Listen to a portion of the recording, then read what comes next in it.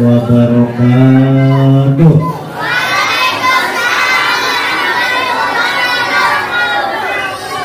Bismillahirrahmanirrahim.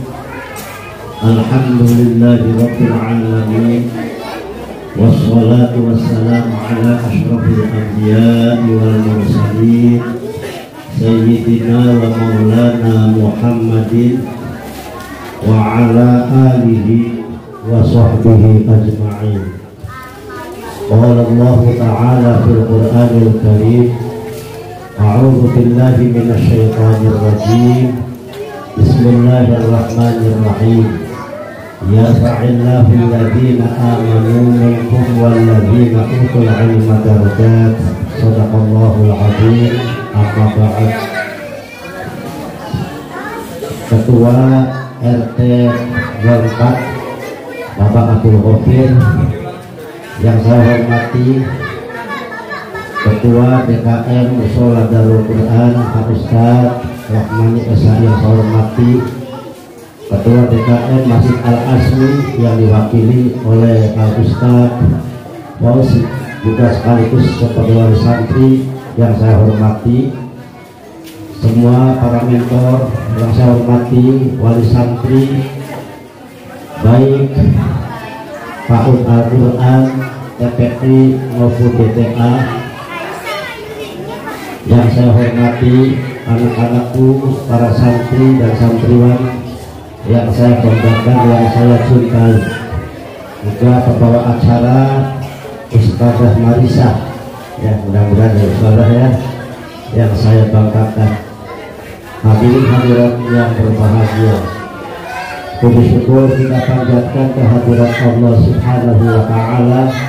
Alhamdulillah dengan ridha, iradah dan izinnya pada pagi hari yang cerah ini kita dapat berkumpul, dapat bersilaturahim untuk menyaksikan anak-anak kita semuanya yang barusan juga telah melaksanakan karnaval, yang kesemuanya itu dalam rangka untuk menyemangati, untuk meningkatkan rasa cinta kita kepada Allah dan Rasulnya melalui cinta kepada Al-Quran. Sehingga mudah-mudahan kita semuanya, anak-anak kita semuanya menjadi anak-anak yang dicintai oleh Allah, yang dicintai oleh Rasul, karena anak-anak kita dan orang tuanya mencintai Al-Quran. Allahumma amin ya rabbal alamin. Bapak Ibu hadirin hadirat rahimakumullah, saya ingat satu hadis yang sangat familiar yang sering kita dengar, idza mata ibnu adama in qata'a amaluhu illa min thalasin. Apabila manusia telah meninggal dunia, maka pahala amalnya terputus kecuali 3 golongan manusia. Yang pertama, orang yang punya amal sedekah jariyah, ya, sedekah jariyah. Mangga kita siasati semampu kita, ada mushola, ada madrasah, ada majelis taklim, ada tempat-tempat yang lain. Berapapun nilai uangnya kita ikut ambil sedekah jariyah. Yang kedua, ilmin yuntafa'u bih, punya ilmu yang bermanfaat. Barangkali kita bersedekah jariyah tidak sempat dan tidak mampu, usahakan kita menjadi orang yang mengerti, sehingga ilmunya di samping untuk dirinya juga untuk kedua orang tuanya, untuk anak-anaknya, masyarakat dan lingkungannya. TPI, DTA dan PAUD Darul Quran dan Darul Ihsan ingin mencetak anak-anak kita yang mengerti Al-Quran. Tadi Ananda Zen ya telah mampu baca Quran. Mau nggak? Ingin nggak? Ingin bisa nggak? Luar biasa ya. Suaranya bagus ya, nafasnya juga panjang. Saya yakin kalau ini diarahkan bisa tampil di tingkat provinsi, insya Allah. Ya Bapak salah satu dewan juri provinsi ya. ingin anak-anak kita ya diarahkan ke sana, walaupun itu bukan tujuan, merupakan motivasi saja. Yang ketiga, awaladin sholihin yad'ulah, orang yang mempunyai anak soleh atau solihah yang selalu mendoakan ibu bapaknya. Banyak anak-anak kita yang ibu bapaknya sudah tidak ada. Barangkali ibu bapak kita yang sudah tidak ada sebagai manusia ada kekurangan, ada kesalahan, apalagi kurang ibadahnya kepada Allah Subhanahu wa Ta'ala. Insya Allah anak-anak kita akan bisa mendoakan dan akan bisa meringankan siksaan kita di alam kubur, terutama ketika kita sudah dimasukkan ke dalam neraka. Na'udzubillah. Ada cerita orang mau masuk surga dihadang oleh anaknya karena anaknya tidak disuruh ngaji, tidak disuruh sekolah, sampai anaknya tidak bisa sholat. Di hadapan Allah minta keadilan. Ya Allah, ibu bapak saya boleh masuk surga, kenapa saya dimasukkan neraka? Kata malaikat, sebab kamu begini-begini. Saya sebetulnya tidak mau menjadi orang yang seperti ini, sebab saya tidak dikasih kesempatan oleh ibu bapak saya. Ketika mau ngaji tidak didukung, kurang suka. Akhirnya diproses, ibu bapak yang mestinya masuk surga dikeluarkan, anaknya yang tadi masuk neraka juga dikeluarkan. Anaknya masuk surga, ibu bapaknya masuk neraka. Na'udzubillah. Alangkah bahagianya kalau kita sebagai orang tua, baik sebagai bapak, ibu maupun anak, cucu, semuanya bareng-bareng masuk surga. Jadi saya bertanya kepada ibu-ibu, ibu-ibu mau gak punya anak yang pintar? Mau gak? Temenan? Di samping pintar bener, mau gak? Pintar dan bener, bahasa Nabi jadi anak soleh. Keinginan punya anak yang pintar itu setengah-setengah atau 100%. Ini disaksikan oleh Allah, 100% atau setengah-setengah. Coba yang angkat 100%, angkat 100% atau setengah. Sekali lagi 100. Alhamdulillah ya Allah, majelis kita adalah majelis Al-Quran yang dihadiri oleh ribuan malaikat, ingin menyaksikan anak-anak di Bina Intan yang gemar membaca Al-Quran. Walaupun waktu perpisahan TK sudah saya sampaikan, ada 6 syarat ya. Insya Allah kalau 6 syarat ini dipenuhi, anak kita sukses. Ya, kira-kira dari 6 syarat ini sudah berapa syarat yang dipenuhi oleh kita? Ya, yang pertama zukain, anaknya cerdas, orang tuanya cerdas. Artinya apa? Siji, makanannya yang bergizi, ya. Lantas dia dilatih mengatur waktu, bangun pagi dan olahraga, berpengaruh kepada kecerdasan otak, dan sering didoakan, dan makanannya yang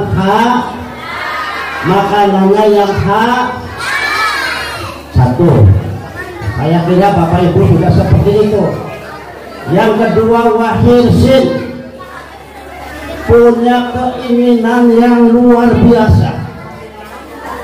Ibu keinginan punya anak soleh benar-benar atau tidak benar-benar? Benar-benar. Temenan Bu ya, ingin sekali. Anaknya juga sama, diarahkan supaya ingin sekali. Jadi kompak antara anak dan orang tua, benar-benar ingin menjadi keluarga Al-Quran yang mencintai Al-Quran. TAUD Darul Quran, TPQ Darul Quran, dan BTA Darul Ihsan berikut MI lagi usaha untuk mengantarkan anak-anak kita menjadi anak yang pintar dan paham serta gemar membaca Al-Qur'an. Nah, contohnya anak Gazian tadi ya, itu insyaallah. Artinya antara anak dengan orang tua harus kompak. Saya yakin kalau orang tuanya tidak mendorong, masa bodoh, anak juga kurang semangat. Itu boleh. Lantas yang ketiga, wastibarin, harus sabar. Saya lihat ibu-ibu waktu ngantar anak dari takut maupun kehujanan, ibu ya Allah bawa payung, itu sabar. Dapat pahala bu, ya. Mengantar anak berdua Al-Quran dapat pahala. Beda dengan mengantar ke tempat hiburan belum tentu dapat pahala. Mengantar anak ke tempat berenang belum tentu dapat pahala. Tapi kalau mengantar anak untuk ngaji, dijamin dapat pahala. Insya ngantar anak ke TPQ Darul Quran bayar nggak? Enggak. Ya, maka ya. Lantas yang keempat, bukain wahirsin wastibarin. Yang keempat wabul hotin. Nah ini. Yang keempat harus rela mengeluarkan biaya. Apa bu? Harus rela mengeluarkan biaya. Jangan sayang. Berbahagialah bapak kita, suami kita yang banting tulang memeras keringat sebagian hartanya untuk membiayai anak kita yang belajar Al-Quran. Sangatlah disayangkan orang yang hartanya melimpah ruah, sebagian hartanya tidak digunakan untuk itu. Ya. Tapi saya yakin dan percaya wali santri DTA, KUD, TPQ dan DTA, Darul Quran dan Darul Ihsan semuanya gemar berinfak melalui TPQ Darul Quran. Saya tanya, berapa bayaran yang ngaji sore itu? 100.000 tak? 10.000. Kayaknya beri pates sebenarnya. 10.000 bu. Tunggu bakso sama kok. Nitipakan anak sebulan 10.000. Sabila pira 300 perak. Kepengen beli suar. Jadi ya nggak apa-apa sih. Lamun ibu punya inisiatif, lamun walaupun di dalam buku catatan atau SPP 10.000 ada di antara orang tua setiap bulan ngasih 50.000, kira-kira dosa nggak? Enggak ya. Ibu guru ya, saya infaknya 90.000 berapa? Ada Pak RT tuh. Ya Allah. Ya. Tapi alhamdulillah saya dengar tidak ada yang bayar 10.000, ya. Ada yang 20.000, ada yang 25.000 atau sekali-kali. Ya. Tapi sebenarnya ya kita juga tidak menuntut itu. Tapi bagaimanapun santri kita ini ada yang membimbing, ada mentornya. Mereka juga perlu untuk beli sabun, ya. Syukur-syukur bisa beli bakso yang bisa. Apalagi ada yang dari mana tuh? Selangkang, dari Selangkang, naik motor bolak-balik, ya. Honornya berapa? Isi disebutkan. Dan salah satu maju dan tidaknya pendidikan itu diantaranya ditentukan oleh pengorbanan wali murid. Coba di sekolah umum berapa bayarnya? Yang swasta sebulan 10.000, menitipkan sepeda satu hari 2.000. Kalau menitipkan sepeda sebulan berarti 60.000. Cuma sepeda tinggal isi, anak udah dididik, diajarin, kadang-kadang pada bulat. Ya.